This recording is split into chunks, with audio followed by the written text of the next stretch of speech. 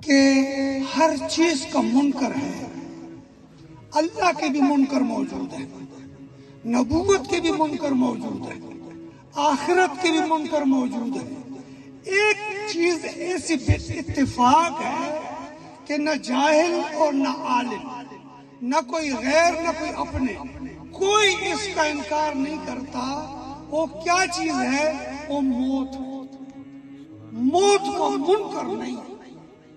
یہ اتنا حقیقت پر مبنی ہے، اس کے انداز و کیفیات سے انکار ہو سکتا ہے لیکن موت کا منکر نہیں۔